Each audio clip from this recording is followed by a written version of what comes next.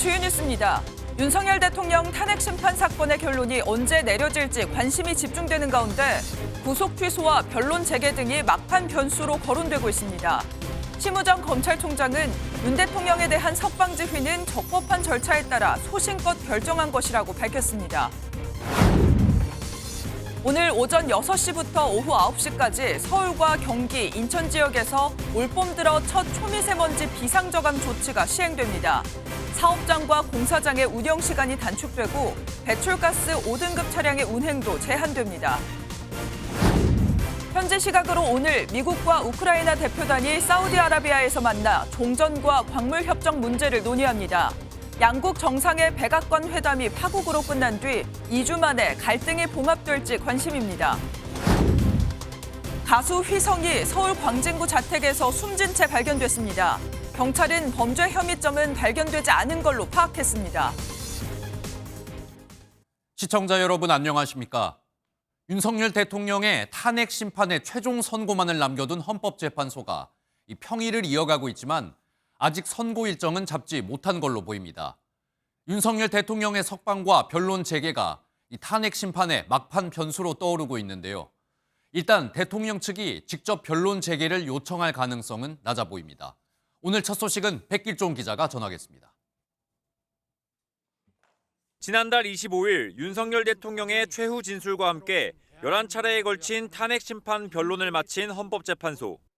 선고기일은 재판부 평의를 거쳐 추후 고지해 드리겠습니다. 이상입니다. 헌재는 거의 매일 평의를 진행 중이지만 2주가량 흐른 지금까지도 선고 소식은 들리지 않고 있습니다. 애초 헌재의 윤 대통령 탄핵 심판 선고일은 오는 14일 금요일이 유력했습니다. 과거 노무현, 박근혜 전 대통령도 최종 변론 이후 각각 14일, 11일간 수기를 거쳐 금요일에 선고가 났기 때문입니다. 하지만 법원이 윤 대통령 구속 취소 사유 중 하나로 절차적 명확성을 제시한 만큼 헌재도 선고를 늦출 수 있다는 전망이 나옵니다. 윤 대통령 측은 탄핵 소추 사유에서 국회 의결 없이 내란죄가 철회된 점, 부당한 증인신문 제한 등 절차적 흠결 문제를 지속적으로 제기해왔습니다. 헌재의 변론 재개 여부도 눈여겨봐야 할 변수입니다. 다만 윤 대통령 측은 별도로 변론 재개 요청은 하지 않았는데 앞으로도 변론 재개 요청은 하지 않을 것이란 관측이 나옵니다. 선고가 늦어지는 과정에서 진보 성향이 짙은 마은혁 후보자가 재판관으로 임명될 수 있다는 점을 고려할 가능성이 있습니다. 선고를 앞두고 탄핵 찬반 집회 열기가 뜨거워지자 경찰은 선고 당일 서울 종로와 중구 일대를 특별 범죄 예방 강화 구역으로 지정하기로 했습니다. 헌재는 물론 미국 대사관, 중국 대사관 등이 있는 곳으로 서울 지역 경찰서장 8명이 권역을 나눠 관리하게 됩니다. 경찰은 비상근무 태세 중 가장 높은 등급인 가포비상 발령은 물론 폭발이나 인파 사고에 대비해 특공대 투입 방안도 검토하고 있습니다. MBN 뉴스 백길종입니다. 더불어민주당은 윤석열 대통령 파면을 위한 총력전을 선언하고 본격적인 장외 여론전에 나서고 있습니다. 오늘부터 광화문에서 천막 농성을 시작하고 매일 심야까지 비상행동 집회를 이어갈 방침인데요. 국민의힘도 오늘 의원총회를 소집해 대통령 석방 이후 당의 대응 전략을 논의합니다. 이어서 정태용 기자가 보도하겠습니다. 민주당이 윤석열 대통령 파면을 촉구하는 본격 장외 여론전에 돌입합니다. 오늘부터 광화문에 천막을 설치하는 민주당은 행동 거점을 국회에서 집회장으로 점차 옮겨가겠다는 계획입니다. 광화문 광장에서 민주당이 천막을 치고 릴레이 발언을 이어가는 것으로 이렇게 결정을 했습니다. 헌법재판소가 윤석열 탄핵 인용하는 것이 가장 중요하다. 민주당은 헌법재판소를 압박하는 것이 아닌 탄핵 인용을 격려하고 응원하는 차원이라고 설명했습니다. 저마다 목소리를 높이던 비명계 잠룡들도 내란 종식 우선의 뜻을 모았습니다. 김경수 전 경남도지사는 작은 힘이라도 보태겠다며 사흘째 단식 농성을 이어가고 있고 김동연 경기도지사도 1인 시위에 나섰습니다. 민주당이 하나의 팀을 만들어야 탄핵도 만들어낼 수 있고 그리고 정권교체도 가능하다라고 생각했었고요. 여당도 더불어민주당이 맞서 본격적인 대응 전략 수립에 나섭니다. 국민의힘은 오늘 의원총회를 소집해 윤 대통령 석방 이후 전국 상황과 탄핵 심판을 앞두고 당이 나아갈 방향을 논의할 예정입니다. 민주당의 집회와 농성, 심우정 검찰총장 사퇴 공세에 대한 대응책 등이 주요 논의 대상이 될 것으로 보입니다. MBN 뉴스 정태용입니다. 검찰이 윤석열 대통령에 대한 법원의 구속 취소 결정을 받아들여 석방 지휘를 하면서 그 후폭풍이 만만치 않습니다. 논란이 계속되자 어제 심우정 검찰총장은 직접 기자들 앞에서 입장을 밝혔습니다. 심 총장은 적법 절차와 원칙에 따라 소신껏 내린 결정이었다며 자신을 향한 사퇴 요구에 대해선 동의할 수 없다고 말했습니다. 먼저 현지호 기자입니다. 법원이 윤석열 대통령에 대한 구속 취소 결정을 한 지 28시간 뒤 검찰은 석방 지휘를 내렸습니다. 윤 대통령 석방에 후폭풍이 이어지자 심우정 검찰총장은 즉시 항고하지 않은 이유에 대해 취재진 앞에서 이렇게 설명했습니다. 적법 절차와 인권 보장은 제가 취임 이후 계속하여 강조해온 검찰의 기본적인 사명입니다. 기소 이후에 피고인의 심정에 관한 판단 권한은 법원에 있기 때문에 그러한 법원의 결정을 존중하였습니다. 심 총장은 즉시 항고 제도가 유신헌법 시절 국회를 해산하고 비상입법기구를 통해 만들어졌다는 사실을 언급했습니다. 보석과 구속 집행정지에 대한 즉시 항고는 헌법재판소에서 2차례 위헌 결정이 나왔다는 점도 강조했습니다. 인신 구속에 관한 권한은 법원에 있다는 영장주의와 적법 절차의 원칙, 과잉 금지의 원칙에 위반하기 때문에 위헌이라는 명확한 판단이 있었고 그러한 위헌 판결의 취지를 따라서 즉시 항고하지 않은 것입니다. 석방 지휘를 반대하는 수사팀 의견에 대해서는 내부의 여러 목소리를 듣고 자신이 직접 최종 결정을 내렸다고 말했습니다. 수사팀은 수사팀의 의견을 제출하였고 저희 대검의 부장회의 등을 거쳐서 모든 의견을 종합해서 제가 판단을 한 것입니다. 심 총장은 윤 대통령 기소 직전 열린 검사장급 회의로 기소가 늦어져 구속 취소 사유가 됐다는 지적에 대해서는 동의할 수 없다고 선을 그었습니다. 심 총장은 정치권에서 나오는 사퇴 요구에 사유가 되지 않는다고 일축했고 탄핵 추진을 두고는 절차가 진행되면 그에 따라 대응할 것이라고 밝혔습니다. MBN 뉴스 현주입니다. 윤석열 대통령에 대한 법원의 구속 취소 사유 중 결정적인 하나는 검찰이 구속기한 계산을 잘못했다는 것이었습니다. 검찰은 실무 관행에 따라 날로 계산했지만 법원은 피고인의 권익을 보호하는 차원에서 날이 아닌 시간으로 엄격하게 따져서 계산해야 한다고 지적했는데요. 심우정 검찰총장은 법원의 이런 지적엔 동의할 수 없다며 향후 법정에서 다퉈보겠다고 말했습니다. 이어서 박규원 기자입니다. 심우정 검찰총장은 구속기간이 지났다는 법원의 판단은 동의하기 어렵다고 밝혔습니다. 구속기간 산정 방식은 구속신문제도가 도입된 이후 오랫동안 형성되어 온 법원 검찰의 실무 관행입니다.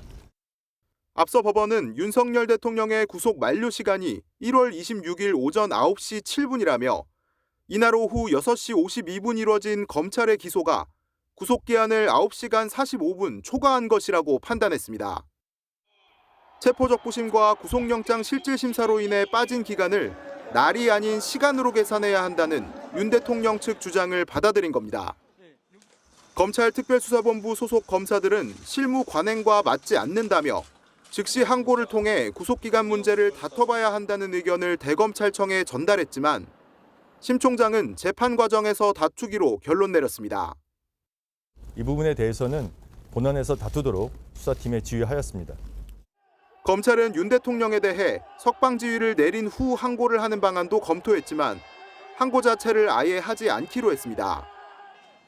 하지만 심 총장의 이 같은 결정에 대해 검찰 내부에서 이견이 불출되고 있는 가운데 법원에서조차 이번 구속 취소 결정이 잘못됐다는 공개적인 비판글이 올라오기도 했습니다.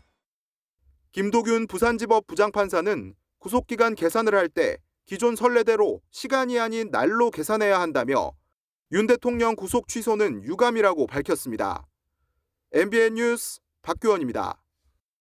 한편 민주당은 윤석열 대통령의 석방을 최종적으로 결정한 검찰을 향해 강한 비판을 쏟아붓고 있습니다. 민주당 이재명 대표는 검찰을 향해서 윤석열 대통령과 한패라고 말했고 이 야당들은 심우정 검찰총장을 공수처에 고발했습니다.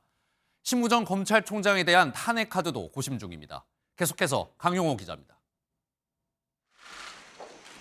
법원의 구속 취소 결정 직후 검찰이 산수 계산을 잘못했다고 꼬집었던 이재명 민주당 대표는 계속해서 재판부에 대한 언급 없이 검찰 비판에 집중했습니다.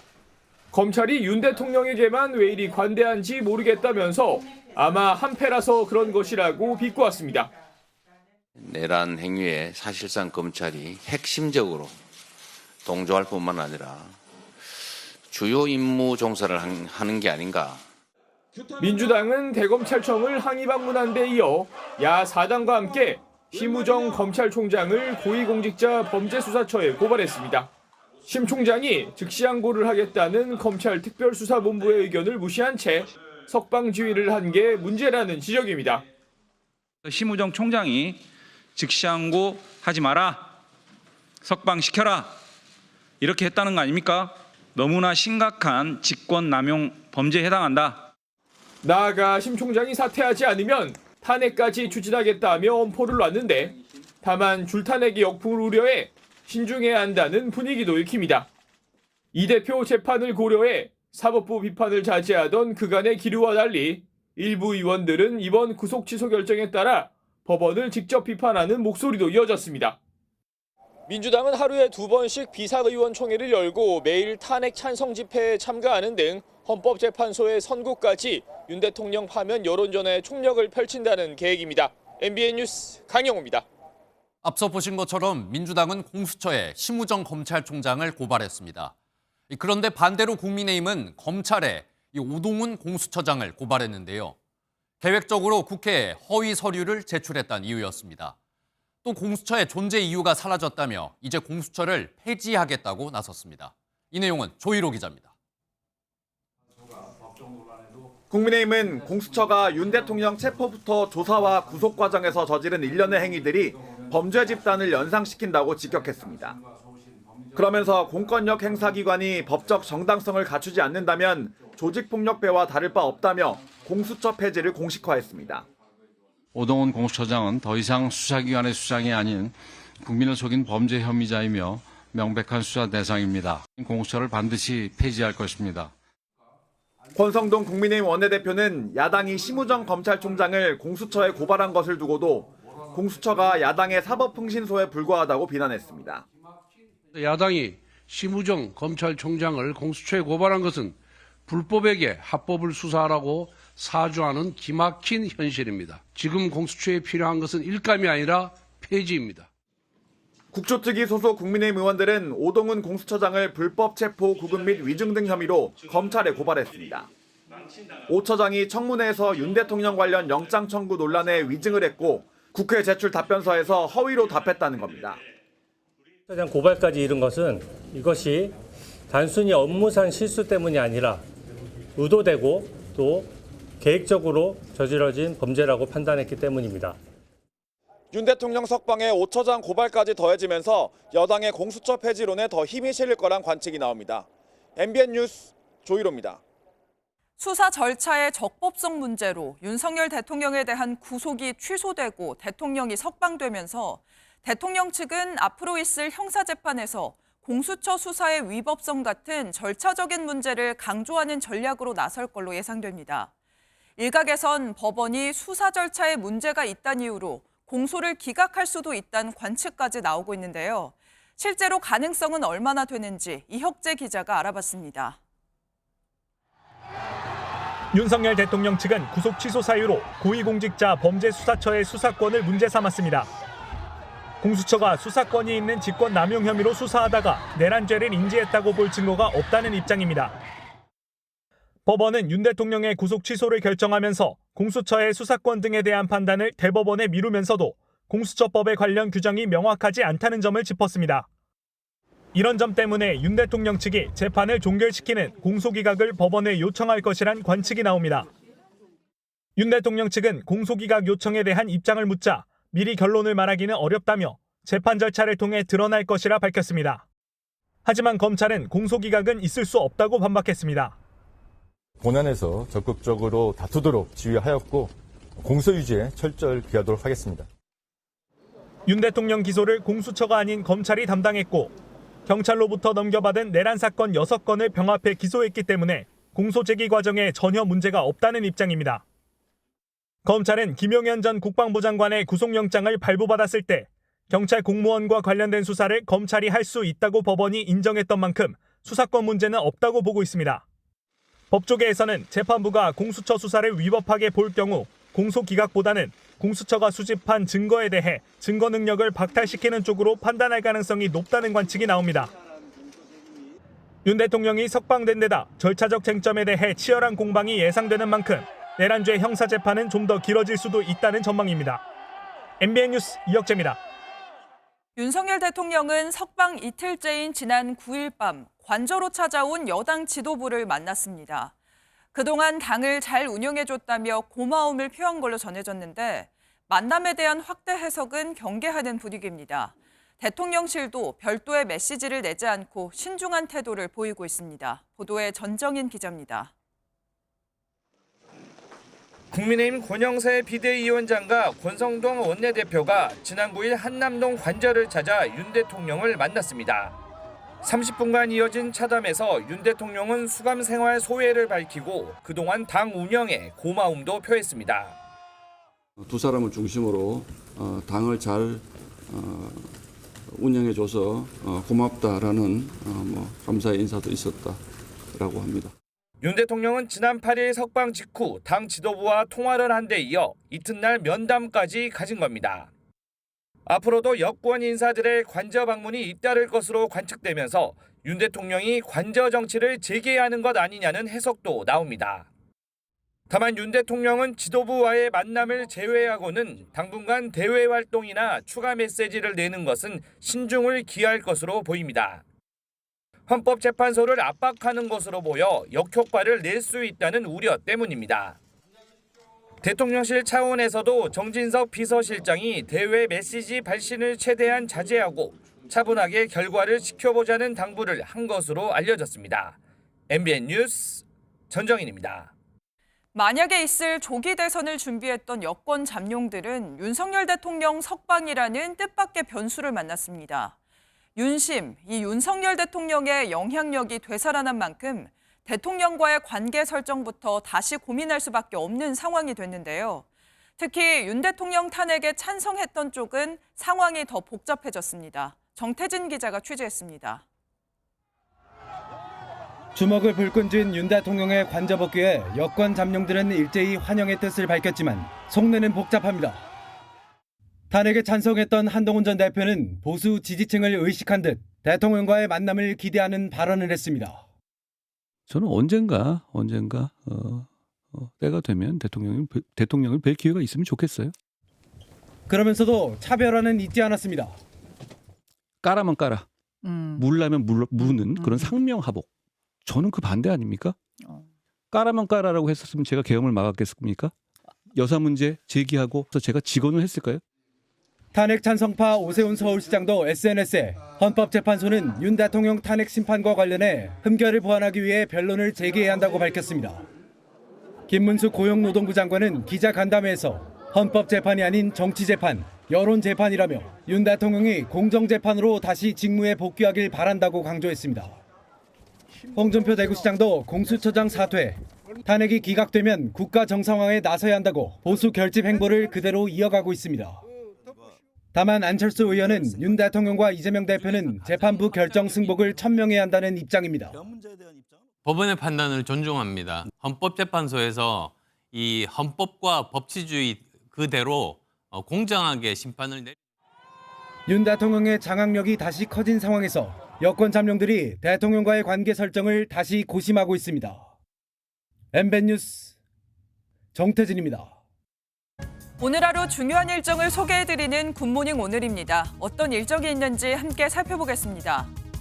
대전의 한 초등학교에서 8살 김하늘 양을 살해한 40대 교사의 신상정보 공개 여부를 결정하는 심의위원회가 오늘 오후에 열립니다.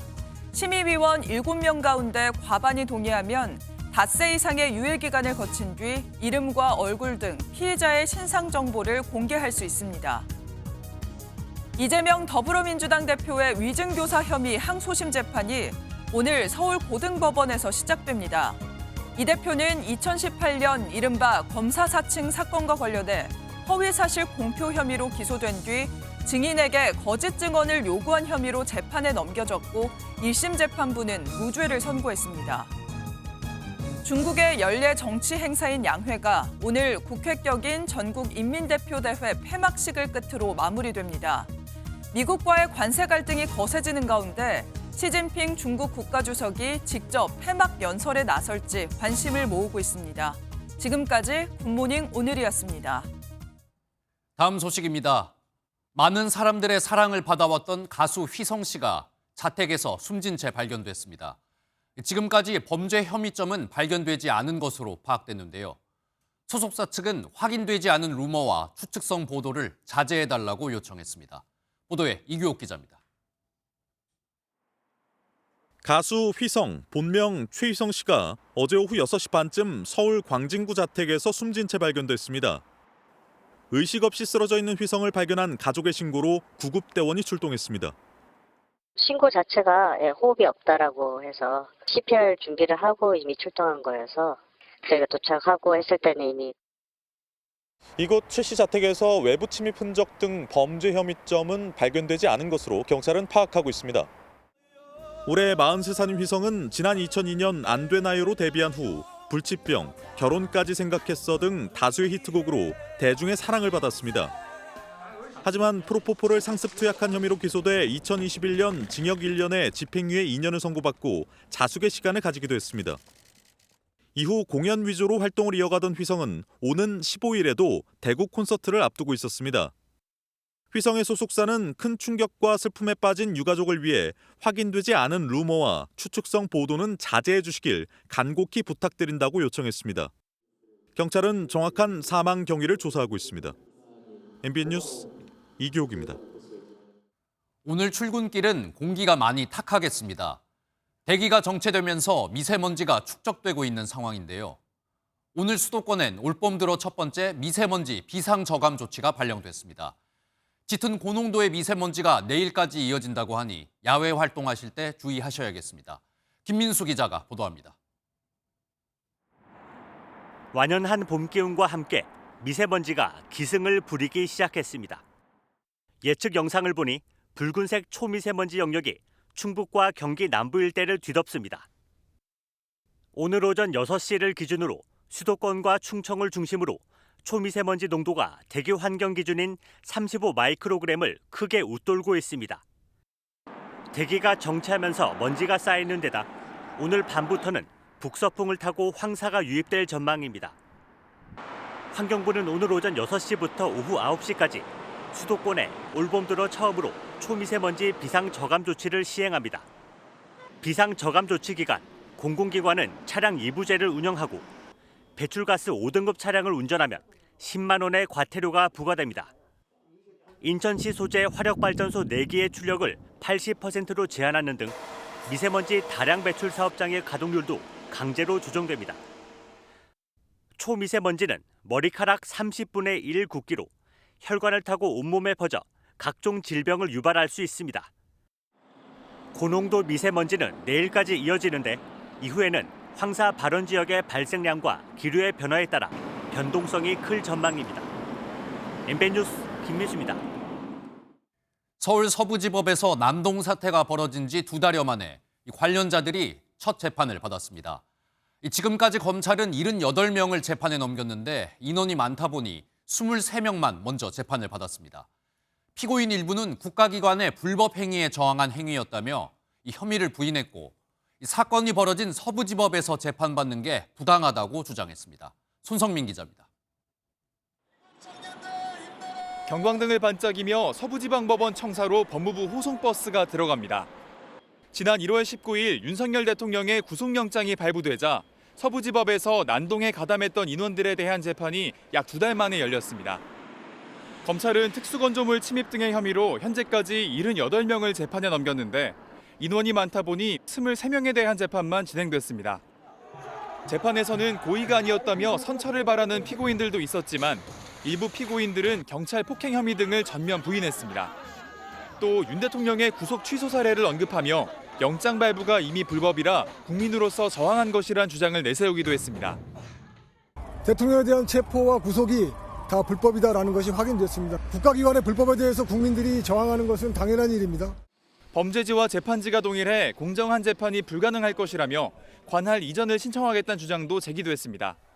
한편 이번 재판에서는 피고인 수가 많다 보니 일부 피고인들이 방청석에 앉기도 했고 법원 밖에서는 구속이 부당하다며 재판부를 규탄하는 집회가 열리기도 했습니다. 경찰은 법원 앞에 경찰 차벽 4대를 설치해 출입을 통제하는 한편 인도에도 바리케이트를 세워 돌발 상황에 대비하고 있습니다.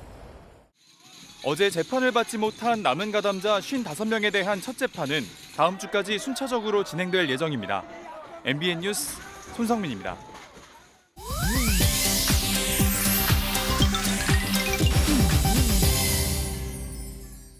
인터넷에선 어떤 소식들이 화제일까요? 인터넷 와글와글입니다. 방송인 박수홍 씨 가족이 이화여대 의료원에 3,300만 원을 기부했습니다. 박수홍 씨는 어제 자신의 지난해 유튜브 수익 전액을 이화여대 의료원에 후원했다고 밝혔는데요. 박수홍 개인 명의로 3천만 원, 배우자와 딸을 포함한 가족 명의로 300만 원을 전달했습니다. 박수홍, 김다혜 씨 부부는 이화여대 의료원에서 시험관 시술로 임신에 성공했고 지난해 10월 딸을 출산했는데요. 박수홍 씨는 부족하지만 조금이나마 보답할 수 있는 일들을 많이 만들겠다고 전했습니다. 후원금은 앞으로 난임 부부와 어려움을 겪는 산모, 아이 등에 쓰일 예정이라고 하네요. 최근 온라인 쇼핑몰에서는 지프로 만든 저주 인형을 쉽게 찾아볼 수 있다고 하는데요. 아이들의 정서에 악영향을 미칠 수 있다는 지적이 나오고 있습니다. 저주 인형은 저주하고 싶은 사람의 이름을 인형에 붙여 다양한 방법으로 괴롭히는 상품인데요. 인형을 못으로 찌르거나 불태우는 식으로 판매란에는 사용법까지 구체적으로 나와 있다고 합니다. 주로 스트레스 해소 방법으로 사용되는데 후기만 놓고 보면 순간적인 스트레스 해소에는 어느 정도 도움이 된다고 하지만 가혹한 사용법에 눈살이 절로 찌푸려진다는 지적이 나옵니다. 무방비로 노출된 아이들이 구매를 할까 봐 걱정이라는 누리꾼들의 우려도 이어지고 있습니다. 중국의 유명 허거 음식점에서 벌어진 소변 테러 영상이 SNS에 퍼지면서 중국 전역이 충격에 휩싸였습니다. 영상에는 술에 취한 남성이 가게의 식탁 위에 올라가 허거 냄비 위로 소변을 보는 모습과 웃음소리 등이 고스란히 담겼는데요. 경찰이 범인을 잡고 보니 17세 남성 2명이었습니다. 결국 이 남성들은 행정구금됐고 업체는 모든 식기를 교체하고 소독을 진행했다고 하는데요. 현지 누리꾼들은 개도 자기 밥그릇에 소변을 보지 않는다. 17세는 어린 나이 같지만 절대 어리지 않다. 자기 행동에 책임을 질 줄 알아야 한다. 범행 도구에 조치를 취해야 한다는 거친 표현까지 사용하면서 격한 반응을 보였습니다. 인터넷 와글와글이었습니다. 공군의 오폭 사고 소식으로 이어가겠습니다. 이영수 공군 참모총장이 고개를 숙였습니다. 이번 오폭 사고를 보면서 든 심정은 임무를 수행하는 모든 사람들의 책임의 가벼움이었다고 말하면서 모든 책임은 자신에게 있다고 말했는데요. 이번 사고를 조사하고 있는 공군은 조종사가 이상한 점을 느끼고도 시간에 쫓겨 폭탄을 투하했다고 밝혔습니다. 국방부는 이번 오폭 사건을 직접 수사하기로 했습니다. 강재묵 기자가 보도합니다. 오폭 사고를 일으킨 KF-16 조종사 2명은 훈련을 하루 앞둔 지난 5일 실무장 사격을 위한 표적 좌표를 입력했습니다. 1번기 조종사가 표적을 포함한 경로 좌표를 불러주고 2번기 조종사가 이를 입력했는데 이 과정에서 문제가 발생했습니다. 위도 좌표 중 숫자 5가 입력될 자리에 0이 채워진 것입니다. 1번기 조종사가 좌표를 잘못 부른 것인지 2번기 조종사가 입력을 잘못했는지는 아직 확인되지 않았지만 이후까지도 재확인 작업은 제대로 이뤄지지 않았습니다.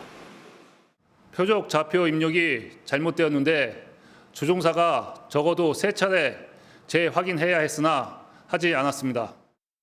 포천 지역 상공에 다다른 1번기 조종사는 비행 경로와 표적 지역 지형이 사전 훈련과 일부 다름을 느꼈다고 진술했습니다.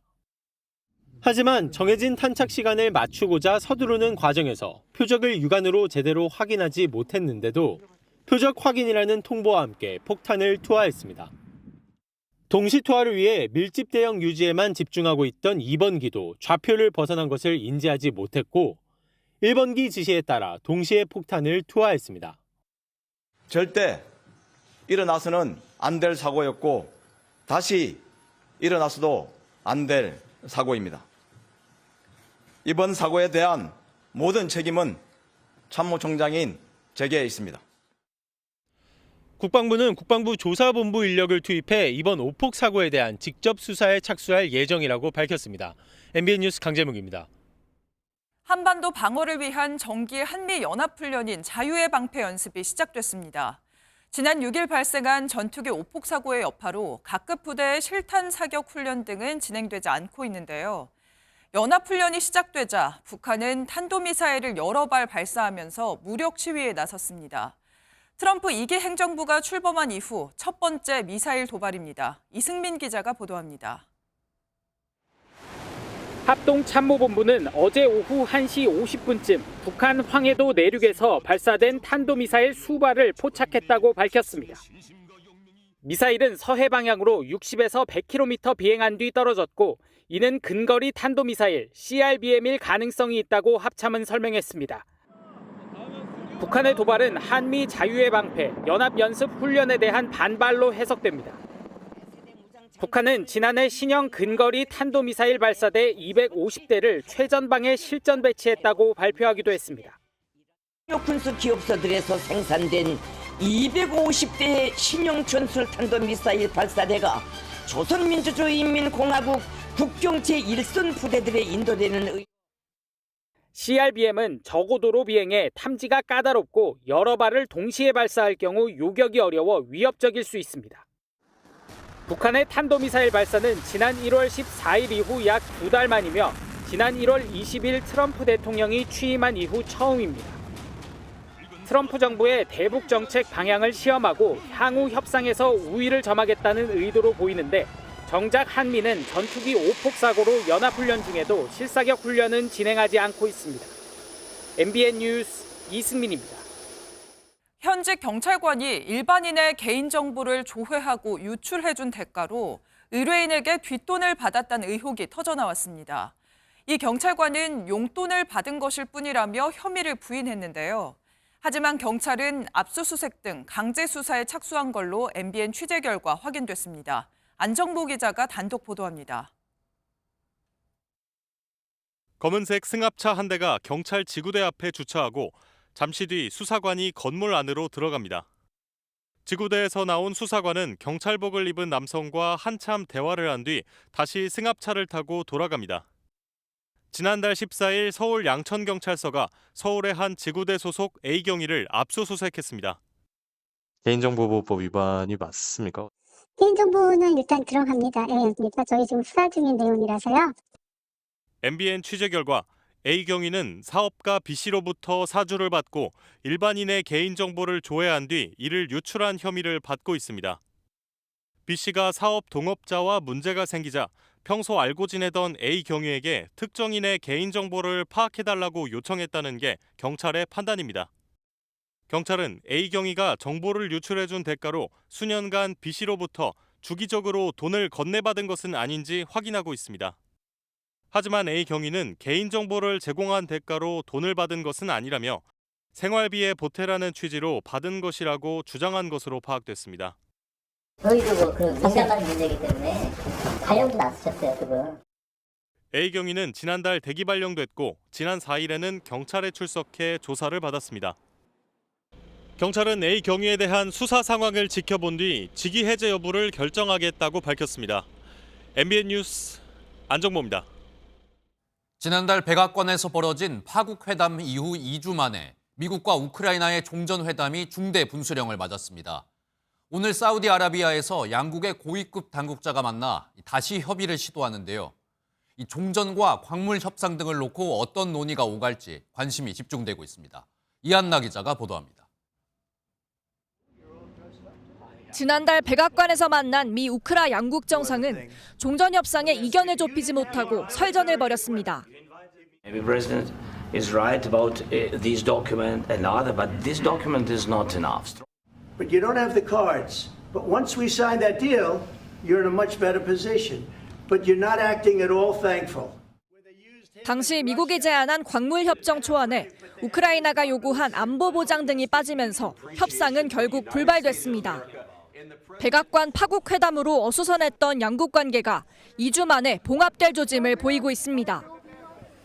양국 협상단은 현지 시각으로 오늘 사우디아라비아 제다에서 만나는데 마코 루비오 미 국무장관과 우크라이나 대통령 비서실장 등이 참석합니다. 현지에 도착한 젤렌스키 대통령은 회담에 직접 참석하지는 않고 무함마드 빈 살만 왕세자와 만날 것으로 전해졌습니다.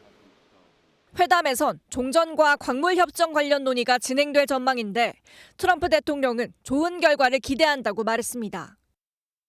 러시아 역시 우크라이나가 평화 의지를 보여주는 게 중요하다며 미국은 이번 회담에서 그 의지를 보고 싶어 한다고 강조했습니다. 종전 분수령이 될 이번 회담의 귀추가 주목되는 가운데 월스트리트 저널은 미국과 중국이 오는 6월 미국에서의 첫 정상회담 개최를 논의하고 있다고 전했습니다.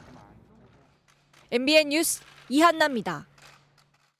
프랑스 대회에서 금메달 3개를 휩쓴 우리나라의 배드민턴 대표팀이 오늘부터 세계에서 가장 권위 있는 배드민턴 대회 전형 오픈에 나섭니다. 그런데 우리 선수들 정식 감독과 코치 없이 대회를 치르고 있다는데요. 어떻게 된 일인지 최영규 기자가 알아봤습니다. 올해 3대회 연속으로 우승을 차지한 안세영과 남자 복식 강민혁, 기동주, 여자 복식 김혜정, 공이용까지 프랑스 오픈 정상에 오른 대표팀. 하지만 이들이 우승할 때까지 코트 옆을 지킨 건 국가대표 감독과 코치가 아닌 실업팀 코치였습니다. 지난해 김학균 감독과 코치 4명의 계약이 끝나 공석이 되면서 단식을 맡은 로니 코치와 함께 실업팀 코치들이 국제대회에 번갈아 나서고 있습니다. 배드민턴 협회는 신임 김동문 회장 취임 이후 새 지도자를 뽑으려 했지만 김택규 전 회장이 당선 무효 소송을 제기하면서 선발이 늦어졌습니다. 혼란스러운 상황에서도 선수들은 대회에 나가는 족족 메달을 따내고 있지만 계속 좋은 성적을 내려면 빨리 정식 지도자를 뽑아야 한다는 목소리도 나옵니다. 우리 선수들이 편안한 환경 그리고 마음껏 코트 안에서 펼칠 수 있는 좀 기량을 발휘하기 위해서는 좋은 지도자분들을 빨리 안정적이게. 배드민턴 협회가 어제 정식 지도자 채용 공고를 내면서 정상화의 속도를 낸 가운데 대표팀은 프랑스 오픈에 이어 세계 최고의 권위를 자랑하는 전형 오픈에서도 시상식 꼭대기를 노립니다. MBN 뉴스 최영규입니다.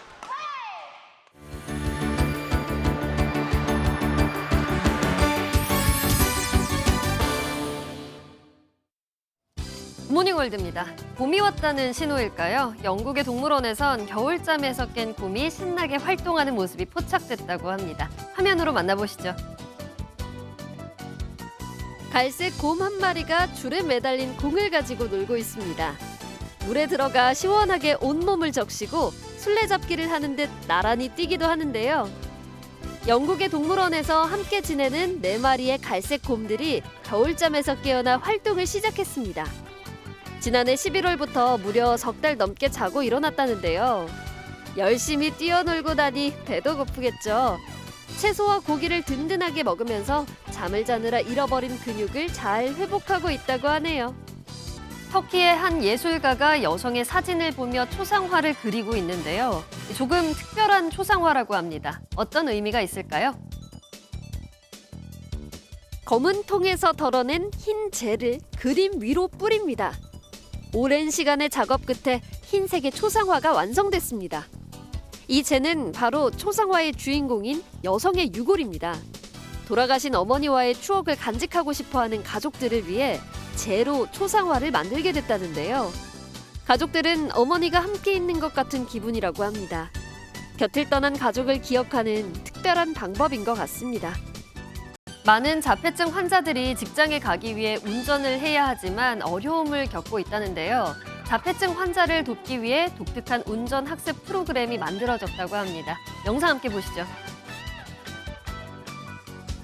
특수 제작된 안경을 쓴 남성이 운전하고 있습니다. 페달도 밟고 핸들도 움직이는데요. 남성이 운전하고 있는 곳은 실내로 실제 운전이 아니었습니다. 자폐증 환자들의 운전 학습을 돕기 위해 미국의 두 대학에서 특별히 만든 운전 시뮬레이션 프로그램인데요. 화면에는 실제 도로 모습이 그대로 구현되어 있고 팔에 부착된 기기는 운전자가 스트레스를 받고 있는지, 운전에 집중하고 있는지를 보여줍니다. 이 기술을 통해 많은 사람들의 삶에 변화가 찾아올 수 있을 것 같네요. 지금까지 굿모닝 월드였습니다.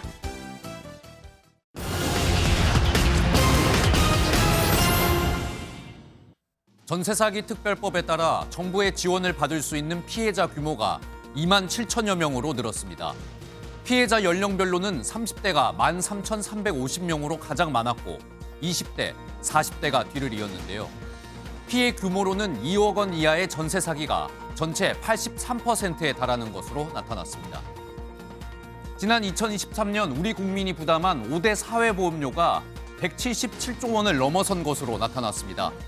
건강보험이 82조 원대로 전체 46.2%를 차지했고 이어 국민연금 58조 원, 고용보험이 약 18조 원으로 뒤를 이었습니다. 사회보험료가 10년 전에 비해 2.1배 늘어났는데 물가 상승과 경제 성장률을 크게 웃돈 것으로 나타났습니다. 지금까지 굿모닝 경제였습니다. 트럼프 미국 대통령이 관세 정책에 따른 경기 침체 가능성을 언급하면서 나스닥 지수가 4% 급락했습니다. 인플레이션 충격이 최고조였던 2022년 9월 이후 2년 6개월 만에 최대 낙폭으로 특히 테슬라 주가는 15.4%나 폭락했습니다. 아침에 입고 나온 외투가 한낮에는 거추장스럽게 느껴지는 요즘입니다. 오늘도 일교차가 크게 벌어지기 때문에 옷차림에 신경 쓰셔야겠습니다. 아침 공기는 쌀쌀하지만 한낮에는 서울이 15도, 대전 17도, 밀양은 19도까지 올라서 어제보다 더 포근한 곳이 많겠습니다. 포근한 봄 날씨가 찾아왔지만 연일 대기질 상황이 좋지 못합니다. 현재 수도권과 강원, 세종과 충남, 충북 지역은 초미세먼지 농도 나쁨 수준 보이고 있고요. 인천과 경기는 초미세먼지 주의보도 발효 중입니다. 오늘도 수도권과 충남 지역은 온종일 대기질이 탁하겠고요. 고농도 먼지가 머물 것으로 예상되는 수도권 지역은 오늘 밤 9시까지 미세먼지 비상 저감 조치가 시행됩니다. 오늘 내륙 하늘에는 가끔 구름만 지나겠고요. 제주도는 오후까지 5mm 안팎의 비가 조금 내리겠습니다. 지역별 현재 기온 보겠습니다. 서울 2.9도, 대전은 1.2도 나타내고 있습니다. 낮 기온은 춘천과 강릉, 청주 16도, 광주는 18도까지 오르겠습니다. 내일은 수도권과 강원, 제주에 비가 조금 내리겠습니다. 내셨습니다. 화요일 아침 굿모닝 MBN 마치겠습니다. 저희는 내일 아침 7시에 다시 찾아뵙겠습니다. 오늘도 좋은 하루 보내세요. 고맙습니다.